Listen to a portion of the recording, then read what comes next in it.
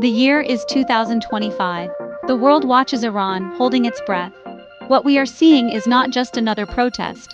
It is a nation unraveling at its seams. For months, the streets have been alive with defiance and courage. Burning tires, clashes, and breaking news fill screens worldwide. This is a country teetering on the edge of transformation. The crisis is fueled by hardship, repression, and a longing for change. Shockwaves ripple through global oil markets. The world is watching, but for Iranians, this is daily life, filled with fear, struggle, and hope for change.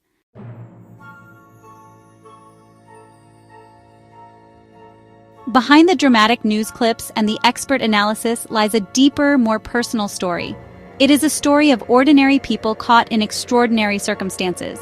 It is the story of a mother who waits by the phone, praying for her son to return home safely from the protests. It is the story of a university student who risks her future to post a video of the crackdown, using a VPN to bypass the government's iron grip on the internet. These are the human faces of the conflict, the individual lives that are being forever altered by the forces of history unfolding around them in real time. Fear is a constant companion on these streets. It is in the air, thick and suffocating. People whisper in hushed tones, ever watchful of who might be listening. The security apparatus is vast and ever-present, its eyes and ears seemingly everywhere. Yet, alongside this fear, something powerful has taken root: courage. It is a quiet, resilient courage. It is the courage of women who walk the streets without the mandatory hijab, a simple act of defiance that carries immense risk. It is the courage of shopkeepers who close their businesses in solidarity with striking workers, knowing they could lose everything. The government's response has been swift and brutal. Mass arrests, internet shutdowns, and violent crackdowns have become the grim new normal. The goal is to silence dissent, to break the spirit of the movement, and to restore order through intimidation. But for many, this heavy-handed approach is only hardening their resolve. Every arrest, every act of violence, becomes another reason to resist. It fuels the anger and deepens the conviction that the current system is beyond reform. It transforms protesters into martyrs and turns grievances into a cause worth fighting and even dying for. This is more than a political struggle. It is a battle for the very soul of Iran. It is a clash between generations, between tradition and modernity, between an aging clerical establishment and a young, connected population that yearns for a different world. The stakes could not be higher. This is not just about who holds power in Tehran. It is about the future of a nation, the dreams of its people, and the profound human cost of a country at war with itself. Their stories are the heart of this conflict, and they are the stories we must now hear.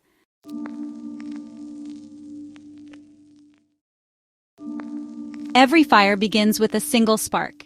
In 2025, that spark was a high-profile assassination in Isfahan, striking at the heart of Iran's regime. The attack was precise, devastating, and deeply symbolic. State media blamed foreign agents, but on the streets, people whispered of deeper cracks within the system. The assassination became a catalyst, igniting protests and exposing the regime's vulnerability. What began as scattered unrest soon swelled into massive demonstrations across Iran. The flashpoint had been reached.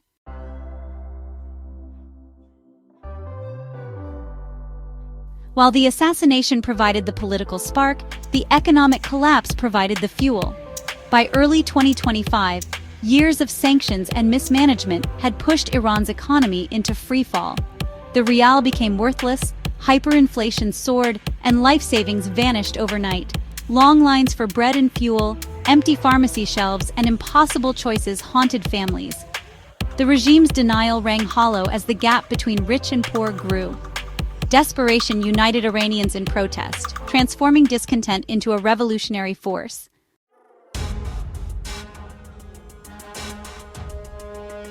As protesters filled the streets, a parallel war raged online.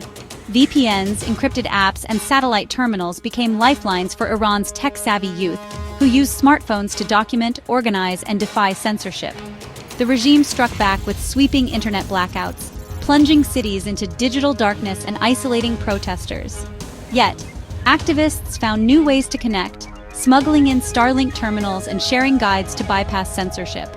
The battle for Iran was also a battle for control of its digital soul.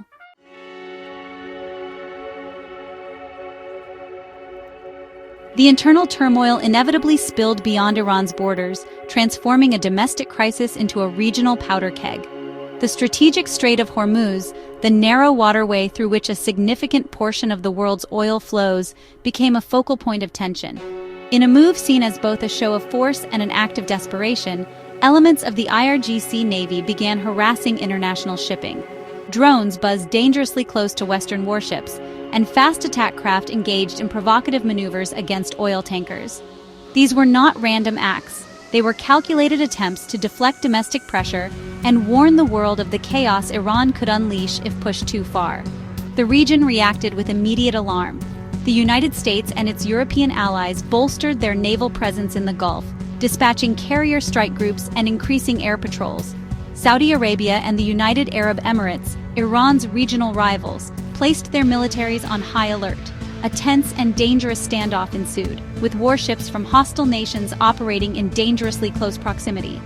The risk of a miscalculation, a stray shot, a collision, an overzealous commander, leading to a full-blown military conflict was terrifyingly high. The world watched, fearing that the flashpoint in Iran could ignite a much wider war. These border clashes had a dual purpose for the Iranian regime. Externally, they were a tool of international blackmail, designed to raise oil prices and pressure world powers to ease sanctions or stay out of Iran's internal affairs. Internally, they were used to stoke nationalist sentiment.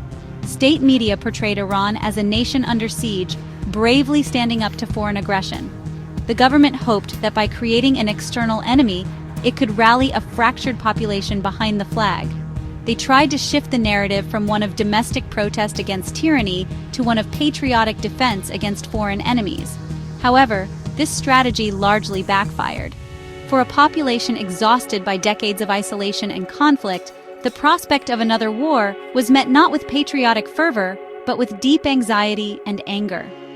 Many Iranians saw the regime's actions in the Gulf for what they were, a reckless gamble that put their lives at risk to ensure its own survival. Instead of uniting the country, the border tensions only reinforced the belief that the government was a threat to both its own people and regional stability. The clashes in the Gulf did not quell the protests. They added another powerful reason to demand change.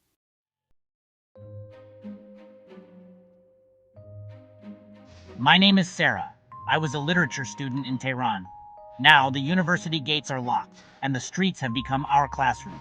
My generation was born into contradiction, connected to the world, but told what to think and who to be. When the protests began, something inside us broke free. Fear was replaced by hope.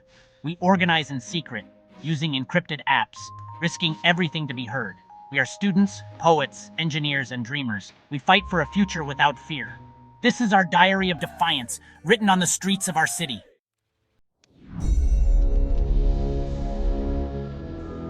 My son Amir was 19, studying to be an architect. He loved football, music, and believed in fairness. When protests began, he said, "If we don't stand up for our future, who will?" I begged him not to go. He never came back. They called him a troublemaker, but he was gentle. Now I fight for Amir and all the children taken from us.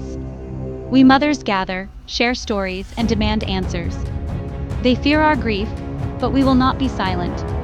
This is a mother's promise.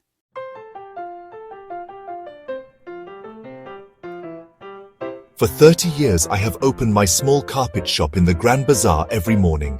It was my father's shop before me. The bazaar is the heart of our economy, a place of tradition and commerce.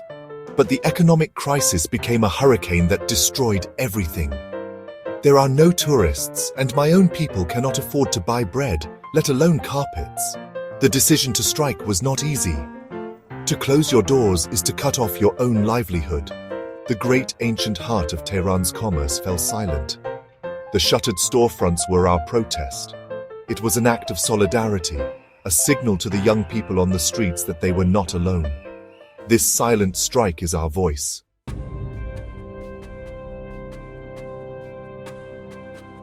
I served in the government for over 2 decades. I believed in the revolution's ideals, but over the years, I saw the rot from the inside. Corruption hollowed out our institutions, and leaders cared more for power than people. The final straw was the brutal response to protests. In closed meetings, I saw only fear and paranoia. I realized I was complicit. I began leaking information, risking everything. I am a traitor to the regime, but not to my country. My loyalty is to the people of Iran.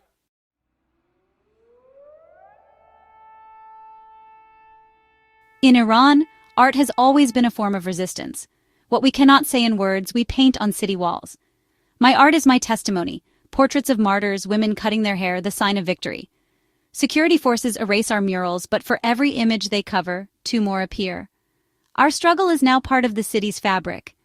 We turn walls into a canvas for freedom until the day we can create without fear.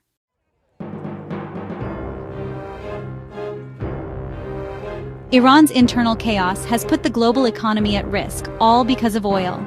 The Strait of Hormuz is the world's most critical energy choke point. 1/5 of global oil passes through it daily. Hardliners in Iran threaten to close the strait, sending oil prices soaring and rattling markets worldwide. Developing nations face catastrophe as energy costs spike, risking food shortages and unrest. The world's dependence on this fragile artery is now a vulnerability Iran exploits for leverage. Tehran's gamble: use oil as a weapon to force the world's hand, hoping to ease sanctions and reduce pressure. But closing the strait would trigger war and devastate Iran's own economy. The regime walks a tightrope, creating chaos but avoiding outright confrontation. The world anxiously watches, knowing a single misstep could ignite a regional and global disaster. The question: how long can this dangerous game last?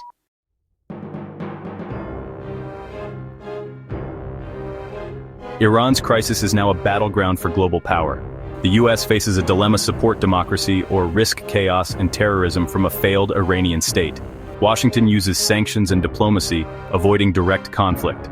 Russia and China back Iran, blocking UN action and providing economic and technical support. Their aid keeps Tehran afloat, turning Iran into a geopolitical chessboard. Every Western move is countered. Satellite internet for protesters, surveillance tech for the regime. Sanctions met with black market oil sales. Instead of unity, great powers fuel the crisis, each seeking advantage. The Iranian people are caught in the crossfire. The nuclear question looms. A desperate regime might race for the bomb, raising global alarm. Iran's fate is now tied to world security, with its nuclear future hanging in the balance. The outcome of Iran's struggle will echo far beyond its borders.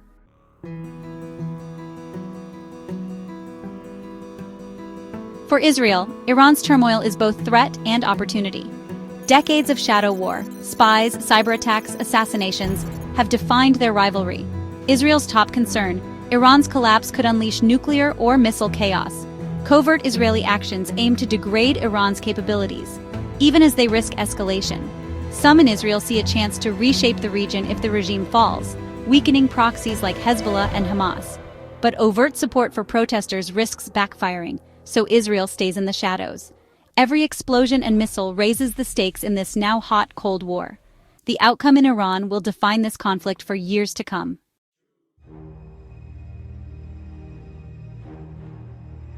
For Gulf Arab states, Iran's crisis is both hope and fear.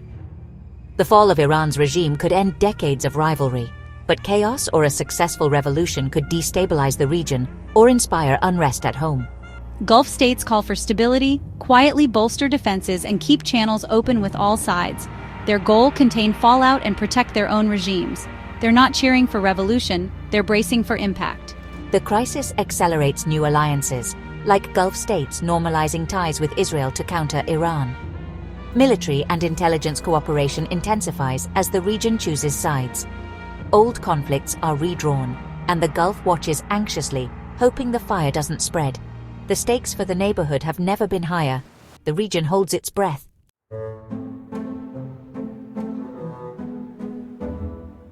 Beneath the geopolitics, a humanitarian disaster grows. Violence and economic collapse force Iranians, families, professionals, children, to flee. Many risk dangerous journeys to Turkey, Iraq, or across the Gulf, only to find borders closing and camps overcrowded. Iran's neighbors, already strained by refugees, struggle to cope.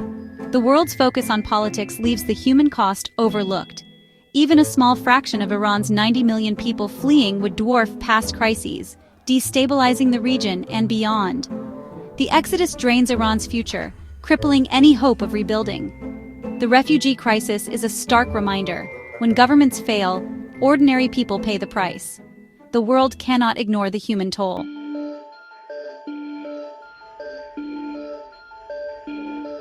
Iran stands at a crossroads, facing three possible futures. First, revolution. The regime falls but risks civil war and chaos as factions compete for power.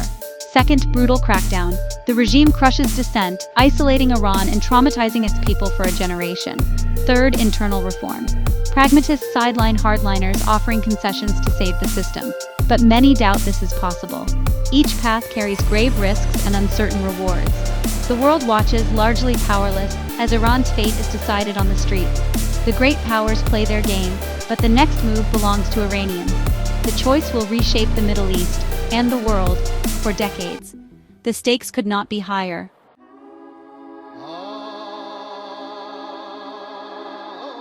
The future of Iran will not be decided in Washington, Moscow, or Jerusalem. It will be written in the streets of Tehran, Isfahan, and Kurdistan, by students, mothers, merchants, and artists risking everything for a different future. This is a nation reclaiming its narrative, refusing to be defined by autocracy or foreign intervention. Their hope is a fragile but powerful flame in the wind. What happens next depends on them and on us. Their future, and perhaps a piece of our own, hangs in the balance.